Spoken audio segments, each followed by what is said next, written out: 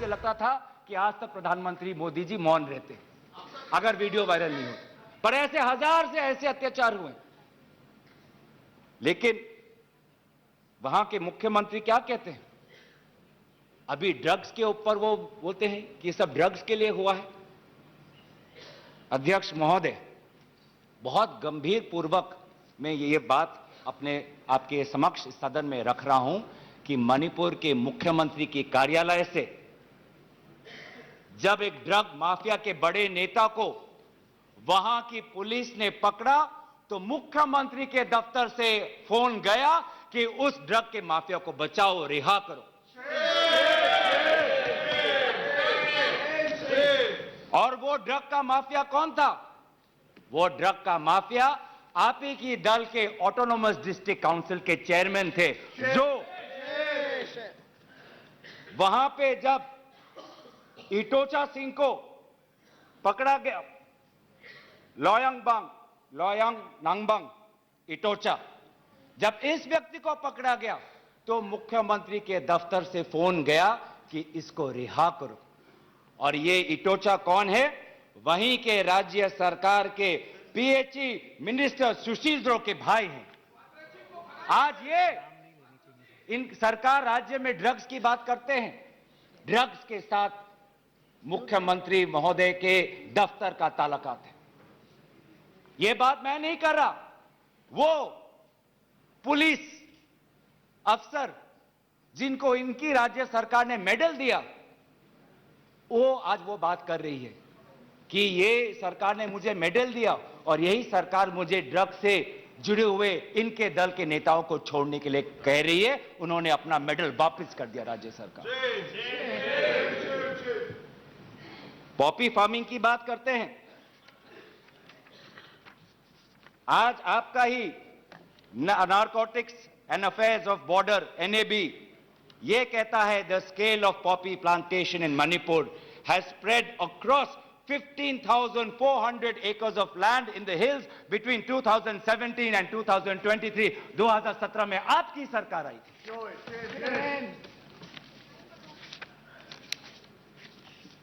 आज Indian forest survey report 2021 में कहता है that within 2 years time the forest area of Manipur has decreased by 248.63 square kilometers। ये आपके सरकार के नजर के सामने वहां के जंगलों को काटा जा रहा है और पॉपी फार्मिंग को बढ़ावा दिया जा रहा है। गृह मंत्री ड्रग्स को लेकर बार बार वक्तव्य देते हैं, लेकिन गृह मंत्री महोदय आपको भी पता है कि पिछले 5-6 सालों में ड्रग्स की यह समस्या कमी नहीं, थमी नहीं, बढ़ती जा रही है। लगभग 2017 में एनसीआरबी का डेटा है 1113 केसेस, 2021 में 3611। तो ड्रग्स की समस्या आज बढ़ती जा रही है। तो कहीं ना कहीं प्रधानमंत्री जी चाहते हैं कि वो मौन रहे ताकि उनकी राज्य सरकार की छवि धूमिल ना हो, क्योंकि उनको छवि से लगाव है। चाहे लोगों पे अत्याचार हो, ड्रग्स की समस्या बड़ी हो, ये उनके लिए महत्व नहीं रखता। पर जैसे कि मैंने कहा कि उनके मौन रहने का कारण 3 है, अभी तो मैंने सिर्फ एक कारण का उजागर किया। और दूसरा कारण यह है, और बहुत मैं सम्मानपूर्वक ये बात कहना चाहता हूं, दूसरा कारण प्रधानमंत्री मोदी जी का मौन रहने का यह है कि आज भारत केंद्र सरकार का गृह विभाग और राष्ट्रीय सुरक्षा सलाहकार आज विफल हुए हैं। क्या हो रहा है मणिपुर में? 5000 से ज्यादा हथियार आज लोगों के हाथों में है। लगभग 35 पुलिस स्टेशंस में भीड़ वहां जाकर वहां से हथियार अपने साथ ले जाते हैं। कभी आप जितने भी राज्यों का आपने जो उजागर किया है, कभी ऐसी स्थिति देखी है कि 2 महीनों में एक भीड़ पुलिस थाने में जाकर, पुलिस ट्रेनिंग कॉलेज में जाकर वहां पे जो हथियार है वो लेके जाती है? क्या क्या हथियार ले गए हैं? क्या क्या हथियार लूट के ले गए हैं? INSAS rifle, AK-47, light LMG light machine gun, self loading rifle, SMC, motor, grenade, bullet proof jacket, 6 lakh ammunition, 6 lakh गोलियां आज लोगों के बीच में है। कि ये राष्ट्रीय सुरक्षा का मामला नहीं है? कहां है राष्ट्रीय सुरक्षा सलाहकार? ये जो बंदूक है, ये जो गोलियां हैं, किस पर चलाएंगे? ये गोलियां हमारे भारतीय सेना के नौजवानों पे चलाएंगे। ये गोलियां मणिपुर के पुलिस पर चलाए जाएंगे। ये गोलियां मणिपुर के निहत्थे लोगों पर बरसाए जाएंगे। क्या क्या आपने? आज ये जो हथियार है सिर्फ मणिपुर तक सीमित नहीं रहेंगे सर। लगभग ये जो 6 लाख एम्यूनेशन है, गोला बारूद है, AK-47, ये तो युद्ध के हथियार है, ये युद्ध के अस्त्र है। ये सिर्फ मणिपुर तक नहीं सीमित रहेंगे, ये आज उत्तर पूर्वांचल में भारत के अलग अलग जगह में ये हथियार जाएंगे और भारत के समाज को आज अशांति का वातावरण बनाएंगे। तो क्या कर रहे हैं आप? आज दुख की बात है कि अभी मुख्यमंत्री पहले तो समाज पर दोष ठहरा रहे थे, अब मुख्यमंत्री, मणिपुर के मुख्यमंत्री केंद्र सरकार और असम राइफल्स पे आज निशाना साध रहे हैं। आज ही हमें सुनने में मिला कि असम राइफल्स, जिसको जिम्मेवारी दी गई है देश को, लोगों को बचाने के लिए, उनको हटाया जा रहा है। मुख्यमंत्री के घर के जो विधायक हैं, मैं उनका नाम नहीं लूंगा, वो पूछते हैं कि इतने हथियार कहां से आए? क्या कर रही है केंद्रीय शासित सुरक्षा दल? ये असम राइफल्स किसके अनुसार काम करता है? ये असम राइफल्स गृह विभाग के मंत्रालय से इनको निर्देश दिया जाता है। तो एक ऐसी व्यवस्था बन गई है मणिपुर में कि मणिपुर के पुलिस आज असम राइफल्स के जवान पर उंगली उठा रहे हैं, असम राइफल्स के जवान आज मणिपुर के पुलिस पर उंगली उठा रही है। ये बना है 21वीं सदी के भारत में। ऐसे हम समाधान कर रहे हैं पिछले 3 महीनों से। आज सुप्रीम कोर्ट ने जो जांच कमेटी बैठाई, उससे साफ साफ साबित होता है कि सुप्रीम कोर्ट ने भी आज केंद्र सरकार और राज्य सरकार के जो काम है उसको स्वीकार नहीं किया है। आज इसीलिए कमेटी बैठाई गई है। मैं पूछना चाहूंगा कि गृह मंत्री, आपने एक 51 मेंबर्स का कमेटी बैठाया, कितने बार वो कमेटी बैठी?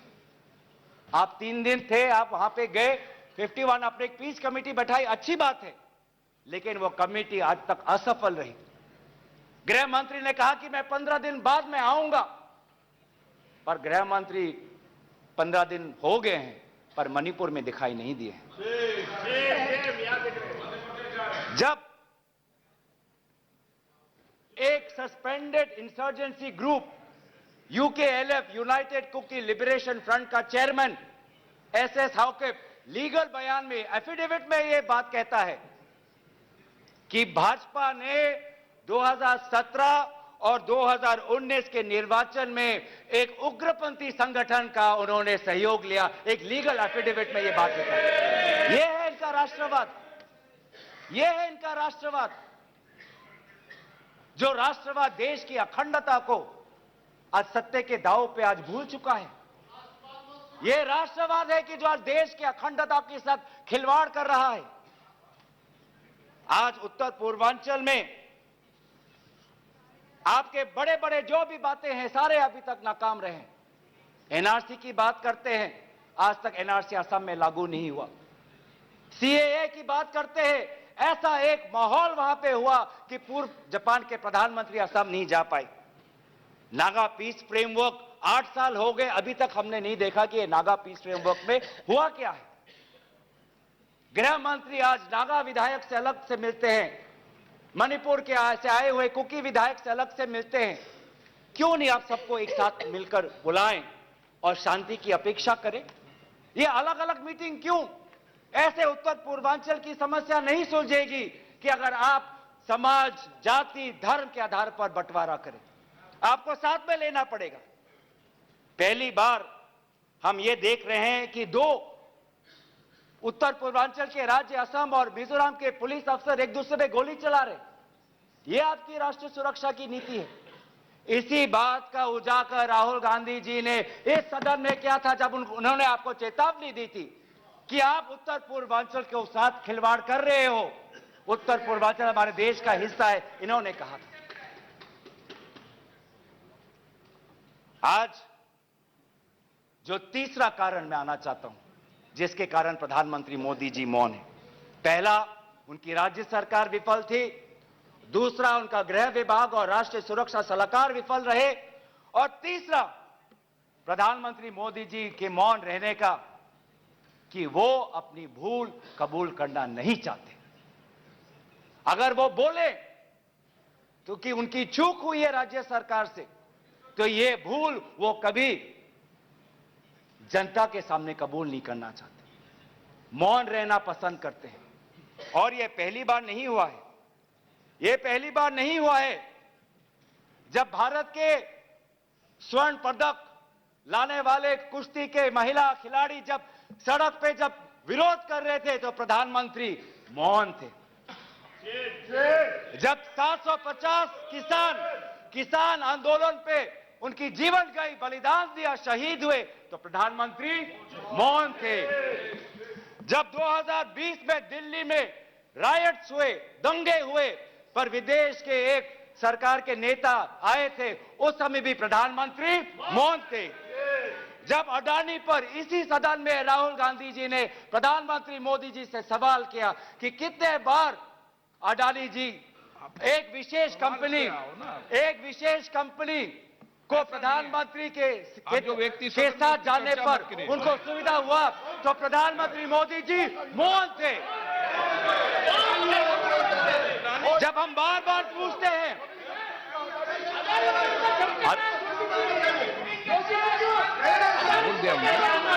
सर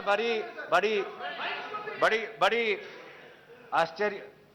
आश्चर्य की बात है कि सर कि अभी तक मैंने प्रधानमंत्री का नाम लिया, अभी तक मैंने मुख्यमंत्री का नाम लिया, अभी तक मैंने गृह मंत्री का नाम लिया, अभी तक इनकी तरफ से विरोध नहीं आया, लेकिन जब एक विशेष कंपनी के मालिक का नाम लिया तो ये सारे मंत्री और सांसद खड़े हो गए।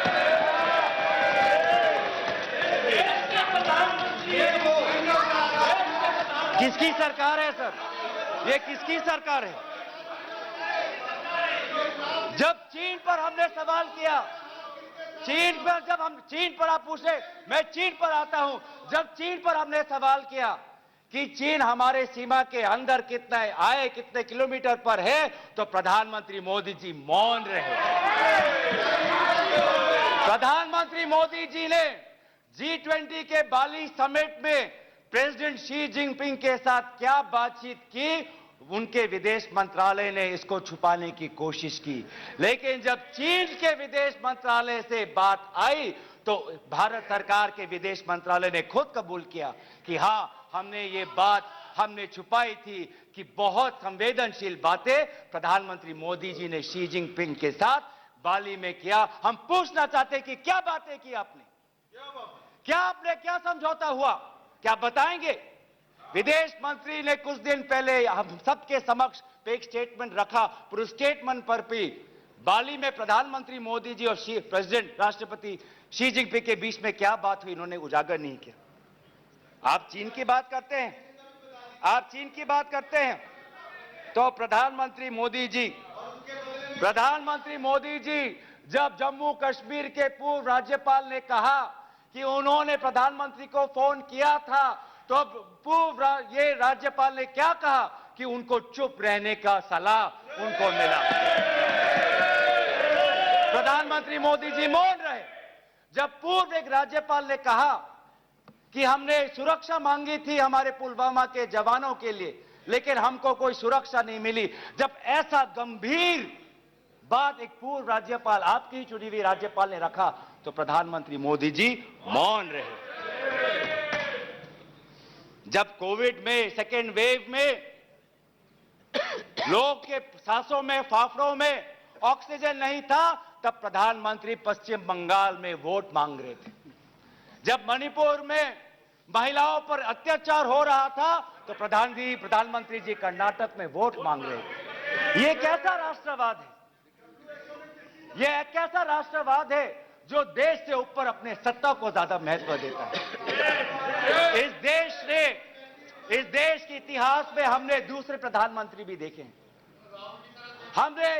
हमने ऐसे भी प्रधानमंत्री देखे हैं जिन्होंने उत्तर पूर्वांचल और भारत की संवेदना को समझा।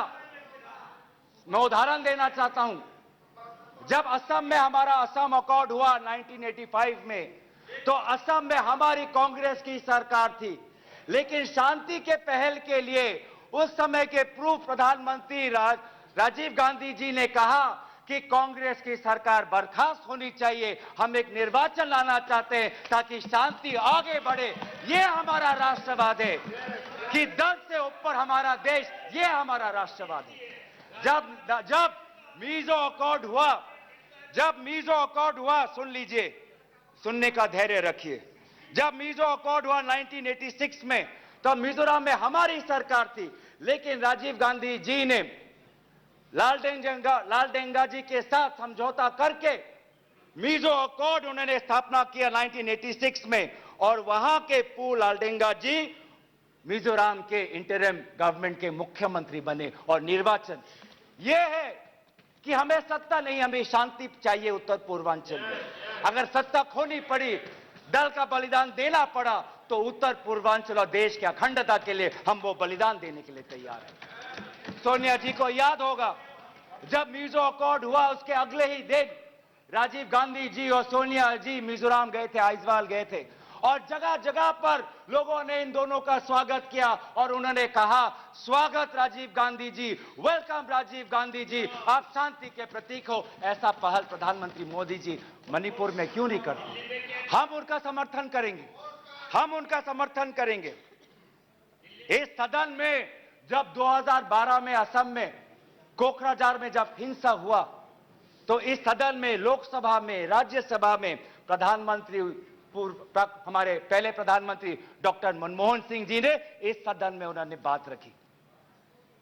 जब कोकराझार में जब हिंसा हुआ, तो उसके 7 दिन बाद प्रधानमंत्री मनमोहन सिंह जी वहां पर गए और उन्होंने कहा, क्या कहा?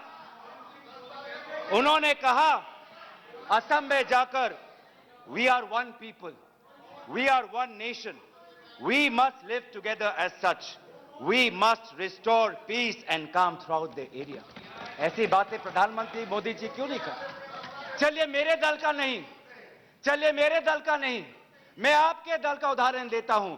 जब 2002 में गुजरात में जब दंगे हुए, तो उस समय के प्रधानमंत्री वाजपेयी जी गुजरात गए थे, शाह आलम के वो रेफ्यूजी कैंप में गए थे। तो सीधा सीधा सर, मैं प्रधानमंत्री जी से 3 में हमारी याचना है। 3 हमारी याचना है। याचना 1 कि वो सदन में आकर अपनी बात रखे, लोकसभा में आए और राज्यसभा में भी जाएं,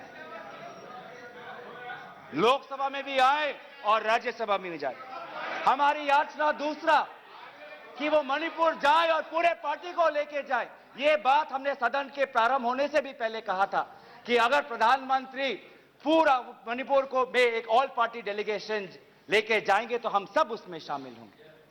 और हमारा तीसरा ये याचना है कि मणिपुर के विभिन्न समाज सेवक संगठनों को बुलाकर एक मीटिंग करिए, शांति का एक पहल रखिए।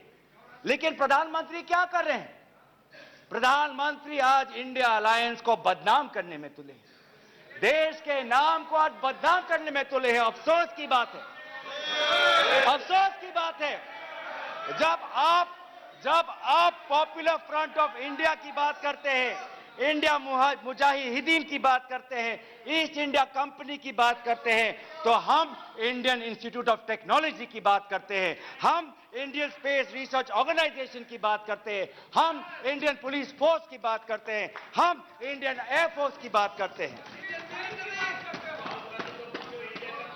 आप जब इंडिया को बदनाम करते हैं तो हमें तो भारत का तिरंगा दिखता है, जहां पे गेरुआ है, सफेद है, हरा है और बीच में अशोका चक्र है। आज नफरत एक हथियार बन चुका है, नफरत एक हथियार बन चुका है वोट जीतने के लिए। वो चाहे मणिपुर में हो, वो चाहे हरियाणा में हो, वो चाहे कर्नाटक में हो, वो चाहे मध्य प्रदेश में हो। आप जितना भी नफरत फैलाएं, हमने राहुल जी के नेतृत्व में भारत जोड़ो यात्रा किया है। आपके नफरत के बाजार में हम जगह जगह पे मोहब्बत का दुकान खोलेंगे। हम संविधान की सुरक्षा करेंगे। Our constitution that talks about equality, liberty, justice, fraternity, हम इस संविधान के आदर्शों की हम सुरक्षा करेंगे। आप पूंजीपतियों का विकास चाहते हैं, सबका विकास कहते हैं, लेकिन करते हैं पूंजीपतियों का विकास, और वो भी सिर्फ 6 पूंजीपतियों का। आज भारत में एक ऐसा हमने व्यवस्था देखा है कि 6 कंपनियों के पास आज 25% पोर्ट है, 45% सीमेंट प्रोडक्शन है, 33% स्टील प्रोडक्शन है, 60% टेलीकॉम प्रोडक्शन है, 45% कोल प्रोडक्शन है। यह है आपका विकास का मॉडल, यह है आपका विकास का मॉडल। मैं उस कंपनी का नाम नहीं लूंगा जिससे आप उत्तेजित हो जाते हैं एक बार, लेकिन दूसरे कंपनी को तो नाम ले सकता हूं। यह कैसा प्रक्रिया है सर? ये कैसा कॉम्पिटेटिव इकोनॉमी बना रहे हैं? जब अप्रैल 2030 में श्री सीमेंट संघी इंडस्ट्रीज को खरीदना चाहता है, तो जून में ही श्री सीमेंट पर आईटी का डिपार्टमेंट का रेड होता है, और जुलाई 2023 में श्री सीमेंट एक्विजिशन से बाहर निकलता है, और अगस्त में अडानी का अंबुजा सीमेंट संघी इंडस्ट्री को। ये इकोनॉमी बना रहे हैं, ऐसा इकोनॉमी आप बनाएंगे? हम चाहते हैं पूंजीपतियों का विकास नहीं, हम चाहते हैं कि किसान का विकास हो जिससे राहुल जी मिले हैं।